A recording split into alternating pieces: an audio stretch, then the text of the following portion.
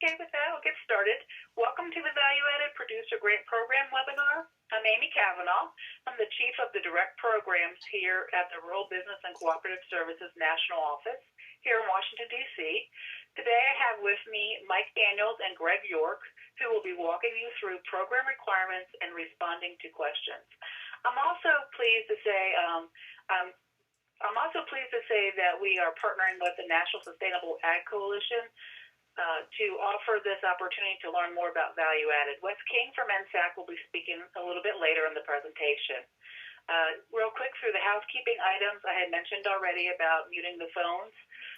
We want to try to lessen the chances of any feedback or personal conversations coming through the line. We truly do appreciate if you check your phone for that it's on mute. On the screen, you will see also a place to populate questions. I think my screen might be a little bit different, but on the bottom of the screen there, feel free to type in questions as the presentation is going on. We are going to wait to the end to go through all the questions. We should have ample time. We've allowed ample time to go through those questions.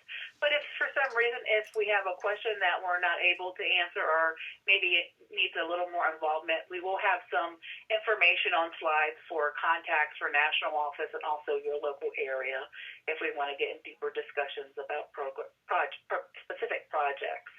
And then finally, at the bottom, you'll see a box that says File, so you are able to download this PowerPoint and some of the tools that Mike and Greg will be using today. And with that, I'd like to get started.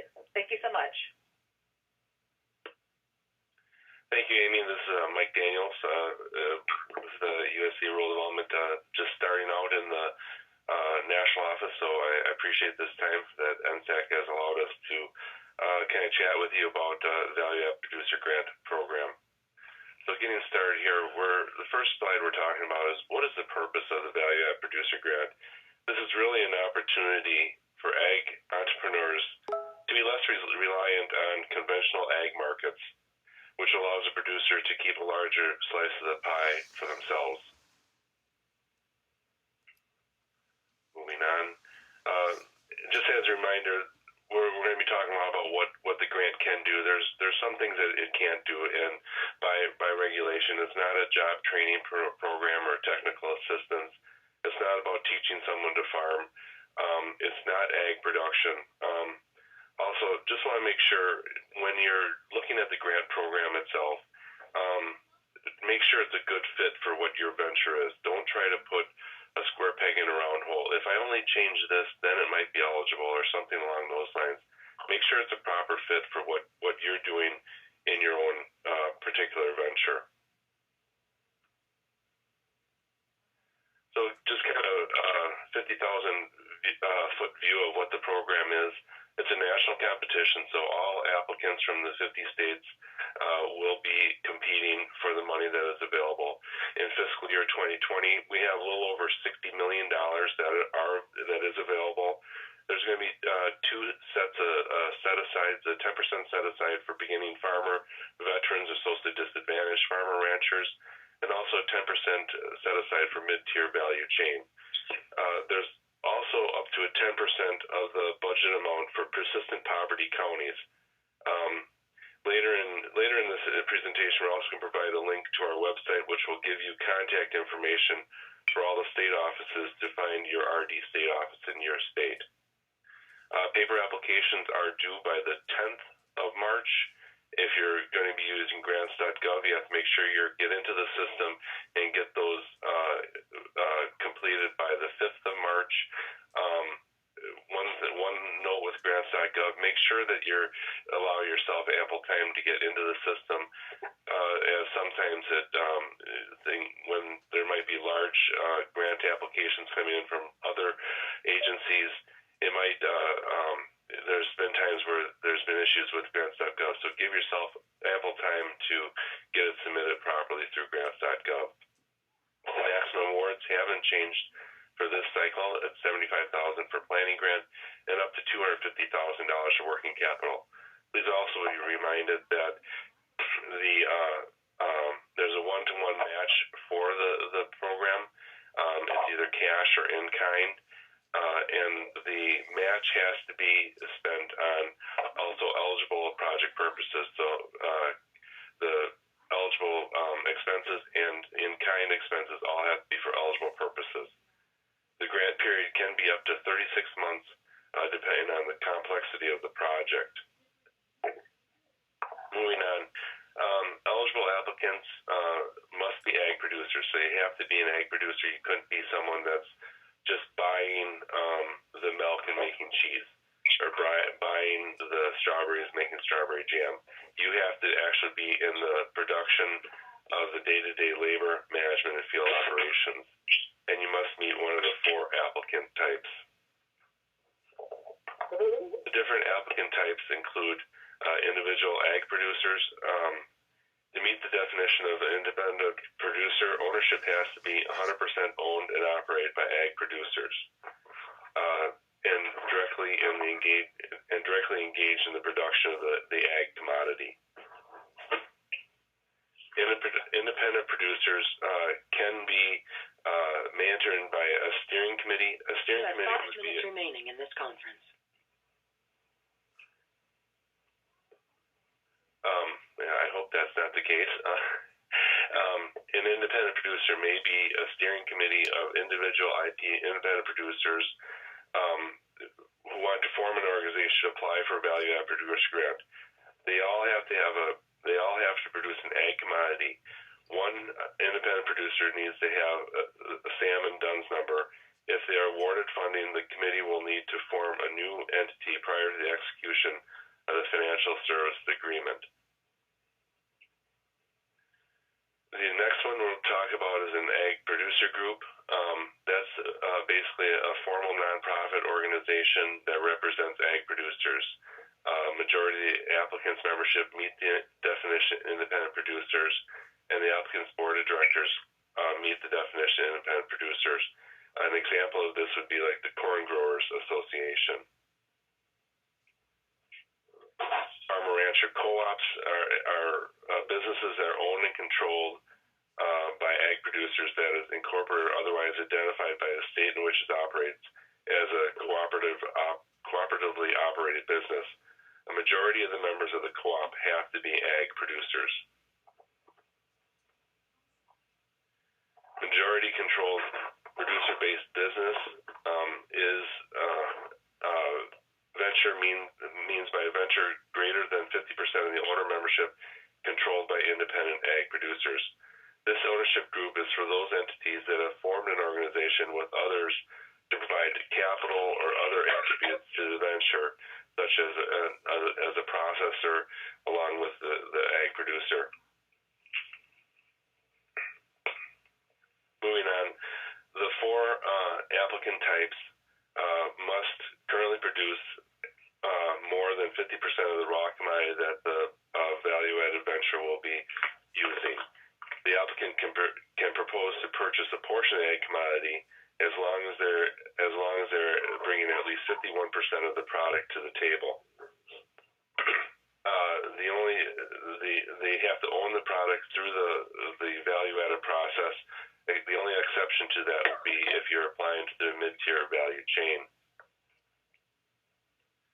All applicants must demonstrate an increase in customer base and increased portion of revenue to derive from the value-added product. Within the application, there needs to be documentation that shows an increase in the number of customers and a projected increase in their venture as a result of the grant. And if awarded, they need to track and report the same information. Moving on to the different types of value-added producer grants, we have 2 different types of planning grant and working capital. The planning grant and working capital both have to have matching grant requirements that have to be spent on eligible activities. The planning grant is used to determine the feasibility of the venture, determine costs of production, the price point of the value-added product, to develop a marketing plan and or a business plan. The working capital is used to pay eligible project expenses related to the processing or marketing of a value-added product. Looking at the different types of variations on the working capital, if you're requesting more than $50,000 and it's an emerging market, applicants cannot have supplied this product, geographic or demographic market for more than 2 years at the time of the application submission. All applicant types are eligible, but the conference host has still not arrived. You have 1 minute remaining in this conference. All applicant types are eligible, but this is required for co-ops, ag producer groups, and majority-controlled business-based ventures.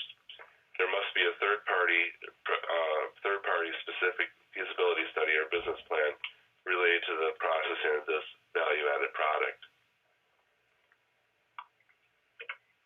The market expansion for those of 50,000 or more, we're looking at market expansion, expanding the market for existing value-added products produced and marketed by the applicant for at least the last 2 years at the time of application submission through sales that are demonstrably new markets or new customers in new markets. Moving on to the last variation on working capital, applications requesting less than 50. Sorry about that. We are going to get back started here, working on the looking at the last simplified version of the variation of working capital. Those are going to be for those applicants that are requesting less than 50,000. Please do note that all 4 applicant types are eligible for this for the simplified application. Even though a business plan feasibility study are not required, you still will have to be able show through the application that demonstrate that the application that is proposed is viable, and if there's an increase to return customer base and revenue to the producer.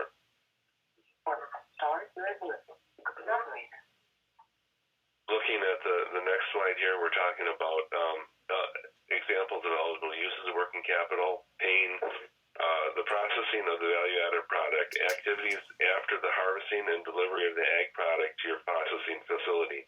These could include costs of processing the raw commodity, product packages and labeling, ingredients, promotional activities, and implementing your advertising plan. I'm getting a little bit of feedback, so could everybody please check to make sure your phones are on mute? Thank you so very much. Moving on to ineligible uses of grant funds. We went through a few of the eligible. There are a lot of things that we can't use it for. So one thing we need to know, it cannot be used for agriculture production. It cannot be used for agriculture production. Cannot be used for planning, building, or repairing facilities. Use of grant funds to pay yourself or associated parties for subject raw commodities and ineligible equipment expenses. Moving on, one thing that the notice this year did allow for was the use of hemp as an eligible ag product. Please note, though, that hemp would have to be grown in accordance with the 2018 Farm Bill. It can't be grown in accordance with the 2014 Farm Bill. We have a hyperlink here that would allow you to go to see whether your state has an approved 2018 plan for under that they've been approved through AMS. Thank you for your time and attention today. If you have any questions, please continue to use the chat box. Now I'd like to turn the presentation over to my counterpart in California. Greg, are you on? I am, yes. This is Greg York with USDA Rural Development. I'm one of the management and program analysts, and I'm actually calling from California, so still morning my time, but good afternoon everyone else. I'm going to pick right back up on matching funds and talk a little bit about what we're looking for there. So, as previously mentioned, this grant does require a 1-to-1 match, which means for every dollar you're coming in for in grant, we need $1 in match from you. There's several different ways to come up with your match. And before I get in too deeply into how you come up with your match, I want to mention that for those of you that are familiar with the grant from previous year, scoring criterion number 3 has changed slightly this year. So basically, one of the big changes there was the way we look at cash match versus in-kind match versus a mixture of them. So basically, it's like this now. So if you come in with 100% cash match, you'll get 4 points for this particular scoring section. If you come in with a mixture of cash match and in-kind match, you get 2 points for that section. And then if your grant application consists 100% of in-kind match, you get 1 point for that section. So it's a little bit more definitive now how we come up with a score for that section. And getting into the different types of the different types of match. The first one that we look at is in-kind raw commodity. So that raw commodity that you're producing on farm in its harvested state is worth something. Whatever the value of that raw commodity is in its raw harvested state, you can use that value towards the match of the grant. In addition to that, you can also use the applicant, meaning the farmer, or the farmer's family, so spouse, children, whoever it may be, contribution towards the grant as match.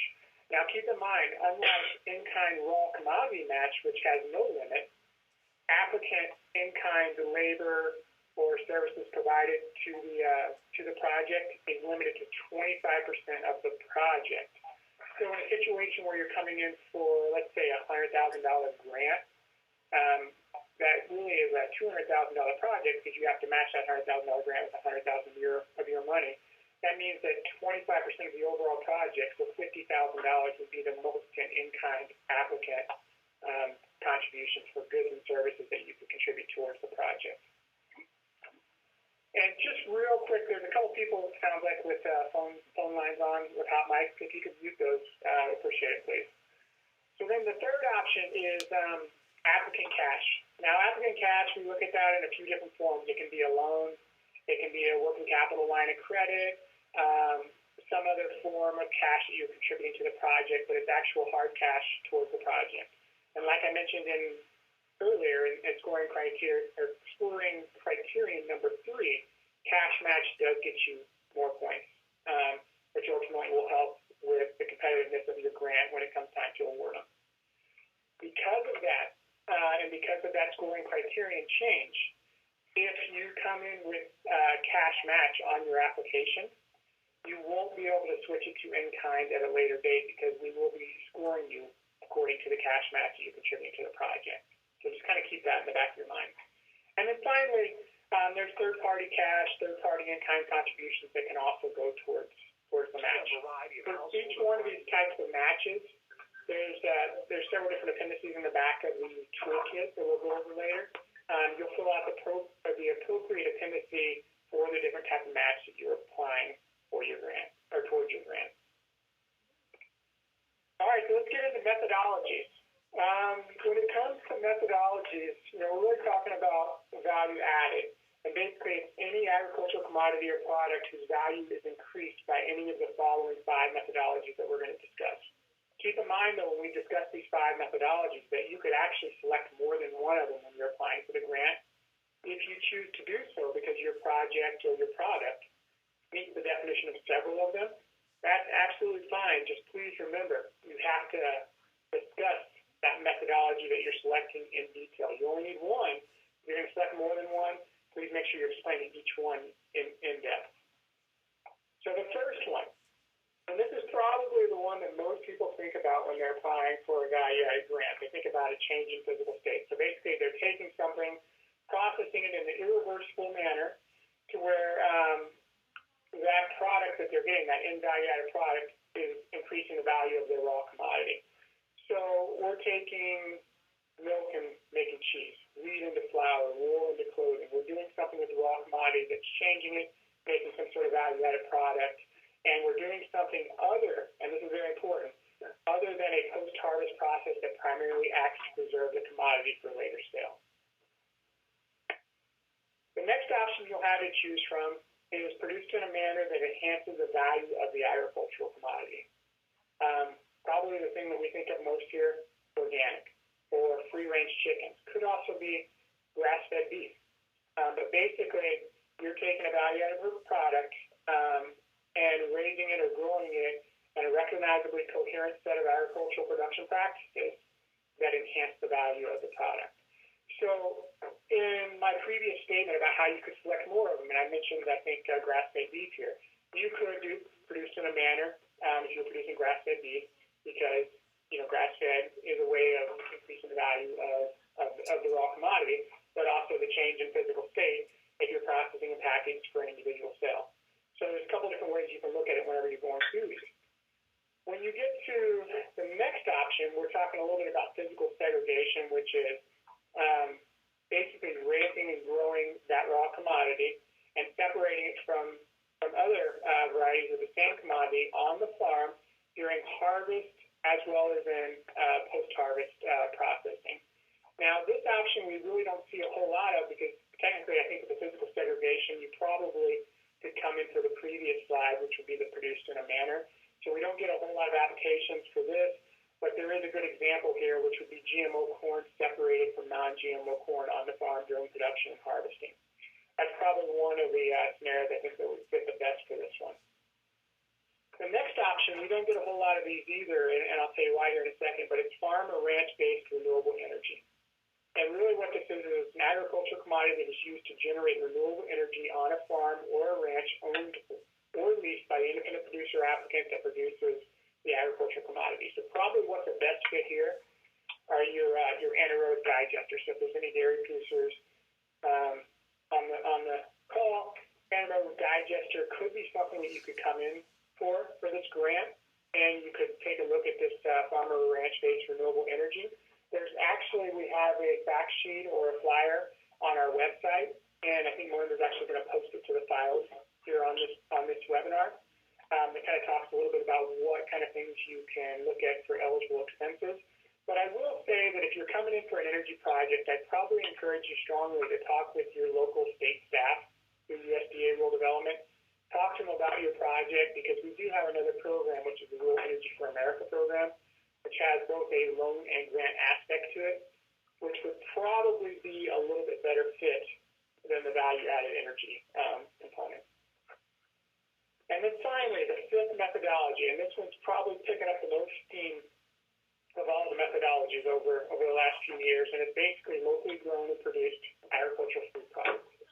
So if you're going to produce, sell, market your product within 400 miles or within the state that it's produced, you can come in as a locally produced agricultural food product and not do anything else to your agricultural commodity, assuming that by doing this and by producing it as a locally produced food product and marketing it as such, you get a premium for that product. And I think we're seeing, definitely an uptick on applications coming in under locally grown and produced. And I think a lot of times we're seeing, things like, they're giving an example of sweet corn here. Farmers that grow some sort of produce, and then they're taking it maybe to a farmer's market, branding it and selling it as a locally grown and produced food product, and getting a premium for it at that farmer's market. All right, so this one is always a big one for everyone. Everyone wants to know a little bit about the ins and outs of the program and kind of how it works. So we're going to talk about some of the numbers from the last cycle of the VAPG grant. So that would have been back in 2018. And first one we're going to take a look at is the number of applications we received compared to how many of those applications were eligible and then how many were ultimately funded. I'm going to start with that 556 number, which is the number of applications we received, and that totaled 77 million last cycle. And then you take a look, and there was a big drop-off. So out of that 556, 378 of those were considered eligible. I want to say this about that, which is that number can be a little bit deceiving. And the reason why is because from experience, every cycle that we go through for this grant, the deadline comes, applications are due, and we'll get a handful of applications in each state from applicants that we hadn't really heard from. They never called or asked for any consultation or ran any projects by us, that type of thing. And unfortunately, a lot of times they're good projects, but they're either missing documentation or maybe they misunderstood some aspect of the grant and had things in their budget that weren't eligible, something like that, and unfortunately they get kicked out and they're ineligible. And sometimes they'll come back in the subsequent year because we'll work with them now that we know that they're interested in the program. But basically what I want to emphasize here is that if you're thinking about applying, start calling, start talking to your state representatives now. Look through your budgets and make sure you're not including anything that's ineligible. They'll help you with that and make sure that you're not running into any of those issues. And you'll make it past that first phase of review, which is basically from applications being received here in the States to applications being sent up that are eligible. Now, once we get to eligibility, if your grant makes it past that first phase and your grant deemed to be eligible, you get to move on to the scoring phase. So last cycle we had 378 that were considered eligible, and out of that 249 were funded for a total of $36.1 million. One of the things I'll point out here is that eligible applications totaled $52 million last cycle, and we funded $36 million. This cycle, we're looking at upwards of $60 million available. So you can kind of do the math there real quick and see that, it's a big year to apply. There's going to be a lot of money out there available. We never know how many applications we're going to get or how much that's actually going to equate to in dollars, but it would be a good year to apply. There is a minimum score requirement of 50. So you still have to provide a quality application. You still have to meet certain thresholds to be awarded, but it will be a good year for you to apply if you choose to do so. The last cycle, Mike mentioned earlier in the presentation that there's two ways to apply. You can either apply for a planning grant or you can apply for working capital. By far, we get more working capital grants than we do planning. It's 88 to 12%. But planning grants are still a great idea, especially if you have an idea that's pretty well thought out, but maybe you don't have it 100% solidified and you'd like to have a consultant or a third party take a look at your project and basically determine the feasibility of it. Planning grants are still a great option, and I'd encourage you to maybe consider those. So here are some average numbers from last cycle on what we awarded. So the average grant amount was $145,600. Average working capital grant was $159,900, and the average planning grant was $37,300. Keep in mind you have to double these numbers for the actual project. So average working capital grants were somewhere around the $318,000, $320,000 mark for the actual project. We're covering half, you're covering half because you're matching half. And then here's a little slide on how people come in, meaning what kind of applicant types come in. By far, it's independent producers that make up the vast majority of this chart here. 87% of the applications come in from independent producers, so you're solely owned, 100% owned, maybe family farms, individually owned farms, entities, that type of thing. And then 6% of the applications came in under majority control, 1% came under ag producer groups, and 6% came in under the cooperative heading. And I'm going to point out one other thing here, which is that there is a cap on the percentage of funds that can go to majority-controlled producer-based business ventures, and only this category, and it's 10%. So last cycle, we didn't even hit that 10%. We funded only 6%. So of the funds went to those. So less than the threshold that we could do. And then there's, as Mike mentioned in the previous slide, there are some priority categories that we look at. Basically, you get priority points, so a little bit of a preference whenever you submit your application. There's a breakdown of where those points were awarded. You can't, when you're filling out the applications, you're going to notice there's several check boxes for these priorities, and you might need more than one of them. You'll only get one set of 5 points, depending on which one you're coming in under. So make sure you just check the one that's easiest for you to verify per the appendices that are in the back of the book, the back of the application toolkit. And then this is a little bit of a breakdown. So this is kind of, I guess, a little bit of an eye-opener on how many projects come in that receive priority points and get awarded versus how many come in that receive no priority points. So you see back in the 2017-2018 cycle, it's about 3 to 1. Doesn't necessarily mean that if you don't get priority points, you wouldn't get funded, especially in a cycle where there's $60 million available. But it's a little bit about what priority points can do for you.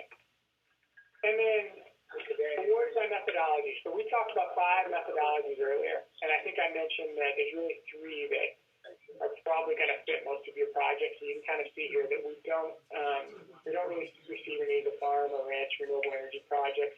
We don't receive very many of them, I should say. And then we also don't receive very many of the segregation ones. And that's probably because they fit into that producer manner box a little bit better. But here's a change in fiscal state. It's still the primary one when it comes to methodology types, but produced in a manner and locally grown and produced agricultural food products are definitely picking up steam. So in FY 2018, here are some of the product categories that came in. Somebody had asked a question earlier about what type of eligible products. You know, it's any kind of farm-based farm-grown products. So we've got animal products, alcohol, beverages. Remember, if you're doing an alcohol beverage product, you have to have that TTB license. Fruits, vegetables, processed fruits and vegetables, seafood and fisheries, grains, oilseeds, and miscellaneous. And then finally, I want to talk a little bit about some of the tools for applicants. So some things that will help you with filling out your application. First and foremost, I would encourage everyone to visit our website for the Value-Added Producer Grant. The link is right there on the slide. You'll find a lot of useful tools to include the toolkits and some of the flyers and some of the some information, including the regulations and then the announcement for the grant, all on that website in one easy place to find everything. And real quick here, we're going to take, I'm going to hand this off to Wes King, and he's going to talk to you a little bit about NSAC. Yeah, thanks a lot, Greg. Thanks to everybody at USDA for putting this webinar together, and thanks for giving me a chance to just say a little bit real quick about some of the resources we have at the National Sustainable Agriculture Coalition to help farmers who are looking at the Value-Added Producer Grants program. The first thing I wanted to mention is every year we put together a farmer's guide to applying to the Value-Added Producer Grants program, and that really is pretty much kind of a nice summary of everything that you've talked about, or a large portion of things you've talked about, you and Mike talked about in this presentation. It's really kind of a good entry point for a farmer who said, you know, I've heard, or a rancher, I've heard about this program. I think it might be a good fit for me, but let me read a little bit more about it. And, you know, that's a good entry point. You know, we hope that farmers will read through that and come to a decision whether or not the program is a good fit for them. And then from there, like you said, reach out to their state rural development office to start talking through what their idea is and to make sure it truly is a good fit, or to utilize some of the additional tools and resources you're going to talk about. The other thing I wanted to mention, at our website, sustainableagriculture.net, we also have been profiling the way in which this program has been used by other producers in past years. So if you're thinking like, well, I've got this idea, or maybe you're looking for some inspiration, you think, well, maybe my farm's a good fit. How have other people utilized this program? One of the things you can do is go to our website and read about how farmers and ranchers across the country have utilized this program and get some ideas, and also helping to determine whether or not, hey, is this program really a good fit for me? Should I then take the next step and contact my rural development office to start a conversation about the application? Both of those links, you know, the link sustainableagriculture.net will get you to our website where we have our guide. It's posted as part of a blog on the VAPG funding announcement right on our main page right now. There's also that little small bit.ly link you can use to get to the actual farmer's guide. And then I also uploaded that guide into the box that participants have in their lower, I believe, right-hand corner of documents, including all the great resources that you're going to talk about now, Greg. And I'll turn things back over to you then. Okay, thank you, Wes. That was great. And this is for everyone, and I know I've said it before, but I can't back up what Wes said strongly enough. Talk to your state specialist. There's a USDA Rural Development specialist in each state that work on this particular grant program. They will help you in putting together your projects, either through reviewing it or taking a look at your budgets, maybe pointing you in the right direction, that type of thing. They can be invaluable resources, and I would encourage you to reach out to them as soon as possible if you're choosing to apply this guide book. So getting on to the next slide here, we've got quite a few tools for you on our website. And I kind of mentioned some of those before, but There's some fact sheets on there about general program information, locally produced food products, so one of those categories that we talked about before. There's also a category for harvesters, so let's say you have the legal right to go out and harvest, say, salmon from the Puget Sound up in Washington State, and you're going to take and package and fillet those into some sort of vacuum-sealed individual fish fillets. You could do something like that. There's also mid-tier value chain flyer, which we get a few of those every year, a few mid-tier value chain, and that'll kind of break down the mid-tier value chain, how it works or how the project should look. So I'd encourage you to take a look at that as well. In addition, on the website, you're going to find links to the toolkits. There's a working capital toolkit and there's a planning toolkit. Please keep in mind that you have to choose one or the other. So if you decide to go the working capital route, your project should be well thought out, laid out, basically well-defined, ready to go. And I like to use the term that they use in construction a lot, basically a shovel-ready project. So when you're filling out the working capital toolkit, there shouldn't be any planning activities associated with that project. It should be all thought out, ready to go. You're just looking for some implementation money to get the project off the ground and get it kick-started. And if you're not quite there yet, the planning grant might be a better option for you. So again, with the planning grant, you can pay for third-party prepared feasibility study, business plan, and/or marketing plan. But keep in mind, you can't commingle the different grant types, so we can't include any working capital expenses in the planning grant. So the toolkit does include a template for applying within it, and it is optional, but I will say, and I will strongly encourage you to use that template. And the reason why is because we get applications every year from applicants that choose not to use it, and it's another one of the reasons for ineligibility that I see, which is basically that if you choose not to use it, it's very easy to miss something. And if you miss something, unfortunately, once the deadline comes for the grant, we can't go back and have to replace it or fill it in. What we have is what we have, and that's what we have to go off of. If you use the template, I think you'll avoid a lot of those issues or the risk of missing something. But again, it is optional, so it'll be up to you.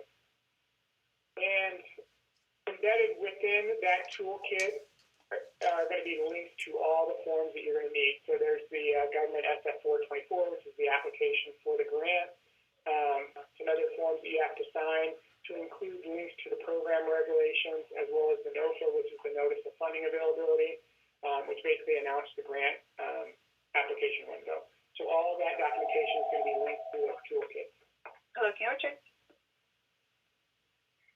And then finally, and also linked through those toolkits, you'll find links to both the SAM and DUNS number registration. You will need an active SAM and an active DUNS number in order to apply for the grant. And then getting into questions, and I noticed we had quite a few questions come in, so I'm going to start kind of going down some of these. First one was from Pete.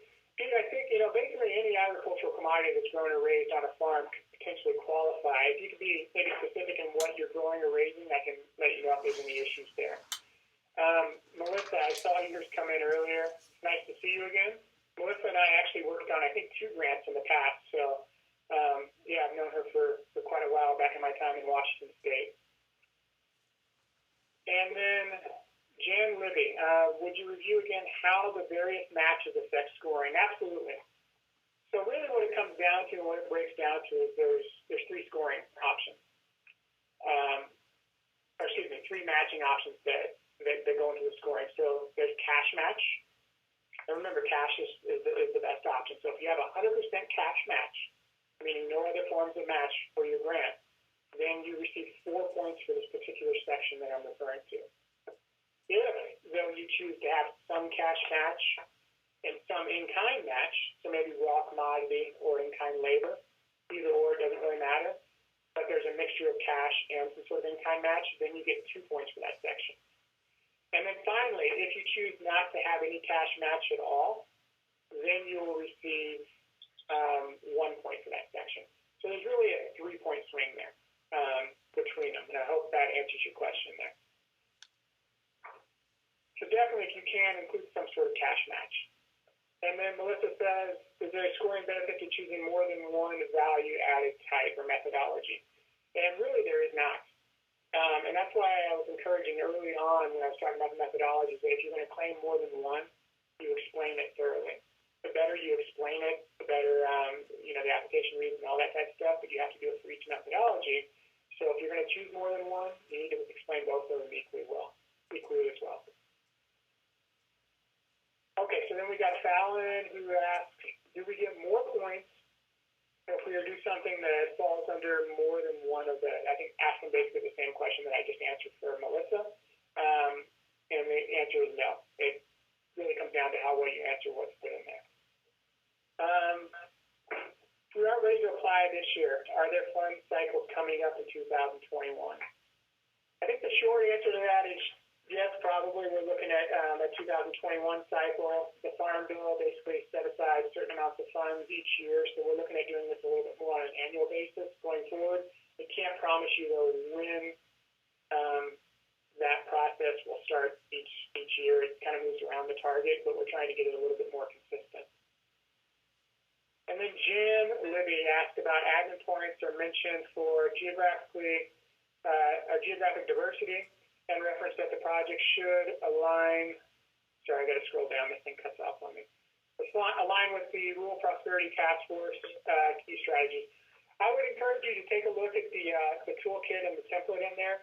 It defines what they're looking for, and if you think you can meet those, by all means, I think you should fill out that section. And then there is the potential for getting administrative points, which is basically a bump to your score. All right, we've got Jolie says, can you explain how program income is defined and how it can be used?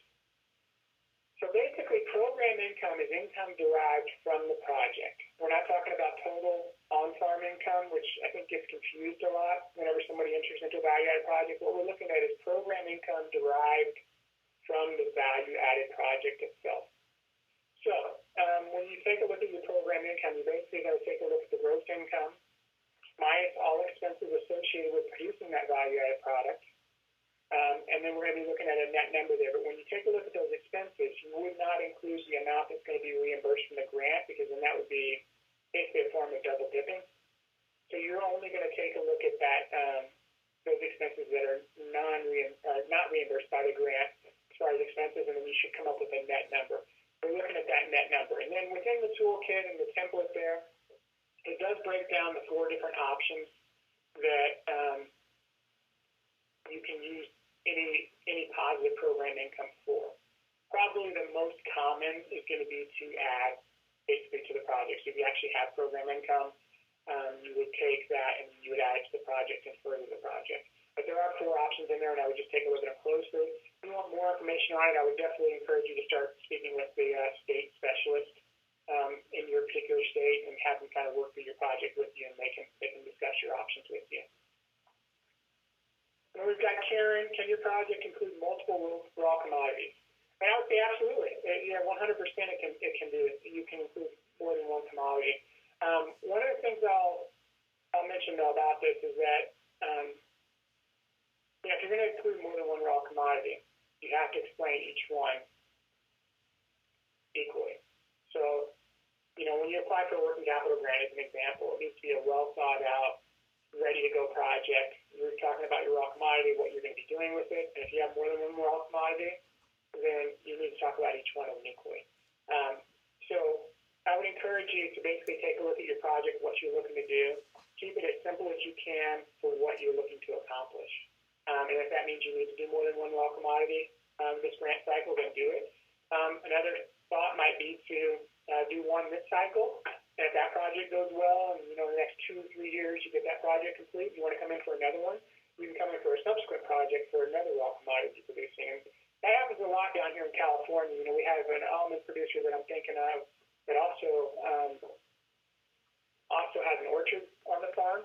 They want to do an almond project now, and then they're going to do a different project, and they're doing basically a season packaged almond for individual sale project, and then they wanted to do some sort of pomegranate or something like that, I believe, project later down the road. So 2 different products, 2 different raw commodities, so they can definitely come in for a value-added grant once they complete this one for a subsequent project.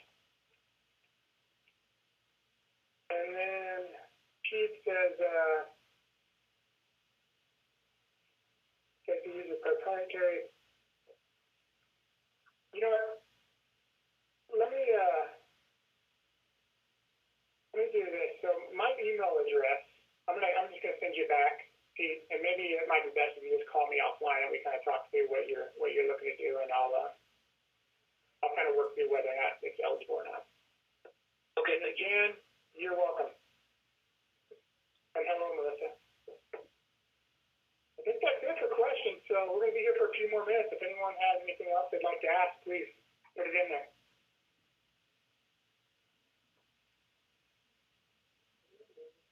And then if you prefer to, I was going to try to avoid it because we don't want people speaking over each other, but if you have anything you'd rather just verbally ask, you're welcome to go ahead on the phone right now and ask that. Hey, Greg, Melissa here. I typed in another question about a new section that's in this year, wondering if you could address what that means. You know what, I apologize, I must have missed that question. Which one were we talking about here? Per the Agricultural Improvement Act 2018, working capital applicants must include a description of the direct or indirect producer or food business benefits intended by the eligible entity to result from the proposed project within a reasonable period of time after the receipt of a grant. I understand all the words separately, but I'm struggling with putting them together. Gotcha. I would say this about that section. It's not a scoring section, but it is a required section for eligibility, so you have to fill it out. I would just do your best to basically lay out the direct and indirect benefits of the project for the particular farm, or in this case yourself, and then just describe those out in a paragraph or so form, and you should be good to go. It's not something we're going to look back for. It's not something we're going to look back on for scoring. Thank you, Greg. Yep. Okay, I think we had a couple of the questions come in. Okay, so Karen asked if we describe emerging markets versus market expansion, and basically what it comes down to is this. It's a 2-year mark. So if you've been producing that product for less than 2 years at the time of application, you're entering into an emerging market, or what we consider a new product to the marketplace. If you've been producing that agricultural food product and, crossing it into its value-added form, I should say, for more than 2 years at the time of application, then you're looking at a market expansion project. That's really the difference between the two. I would say, and I would encourage you, especially if you're coming in as an independent producer, if you're thinking about the emerging market and you're thinking about more than $50,000, please take a look at that closely, because that will require the feasibility study, the business plan, and/or marketing plan to be submitted with the application. And if you're not quite at that stage yet, maybe a planning grant would be a good option for you. And then Jan says, is there a deadline we need to keep in mind when seeking technical support? Call your local staff. They're probably, depending on the volume in that state, I've worked up and down the West Coast, so I know we get quite a bit of volume out here, so we try to cut it off a few weeks out so that we have enough time to review the applications, but each state is going to be a little bit different, so contact the specialist in the state. And I'll just tell you real quick, because I don't think I mentioned it, you go to the Value-Added Producer Grant website, it's on the previous slide, and then there's a drop-down for the state. You do the drop-down for this particular state that you're in. It'll move everything to that particular state, and then the contacts over on the right-hand side will align with that state, so you'll be able to contact the person and find them that way.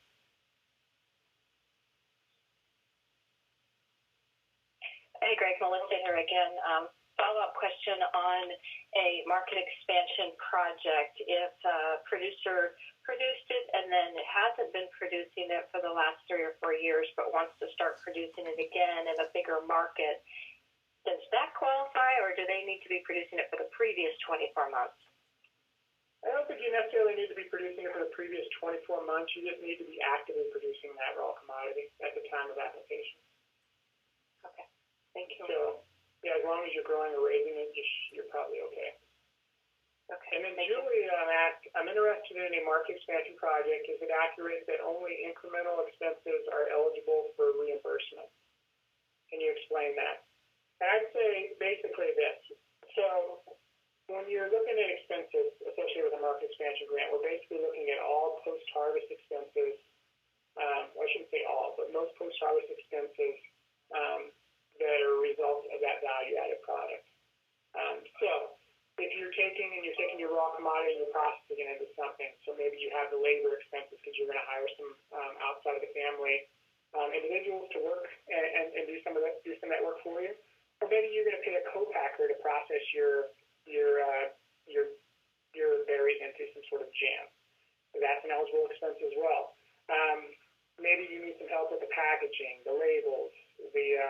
supplies associated with it. Those are all eligible expenses. Those are the type of things that we're looking at on a market expansion grant. We can also include things like advertising, marketing. So if you need to develop a website, maybe you need to enhance the website that you have to attract more customers in.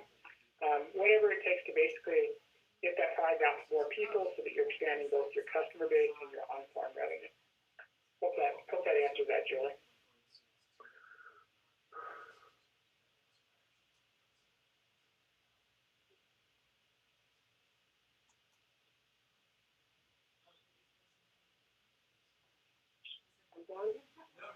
And I think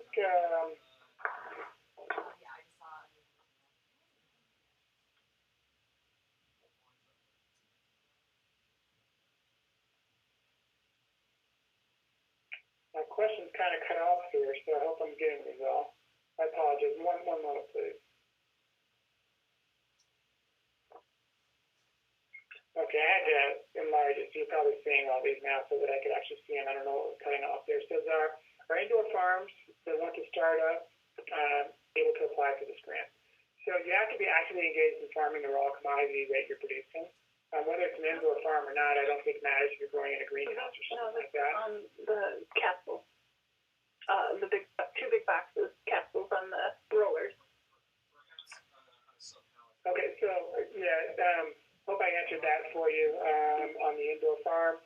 And then is there a deadline we need to keep? Okay, so I think I've got the rest of these questions answered. If I missed anything, please let me know here.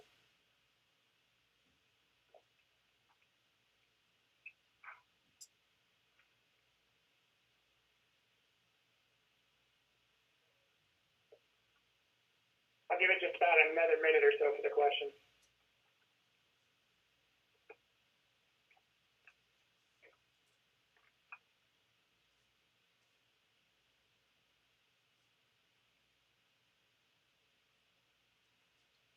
Okay, it looks like they are slowing down here. So I'm going to turn it back over to Amy Cavanaugh. I'd like to say just a couple closing remarks. Thanks, Greg. I want to thank Greg and Mike and Wes for speaking online. I also want to thank Melissa Martin, who is helping us out here in Adobe and our IT staff trying to get this through. Thank you for participating today. Thank you, NSAC, for partnering with us on this. We look forward to working with hopefully some potential applicants there.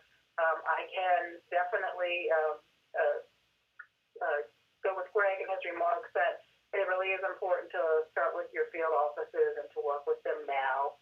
We're kind of getting into that period of time where applications really need to be starting. The thought process needs to be there.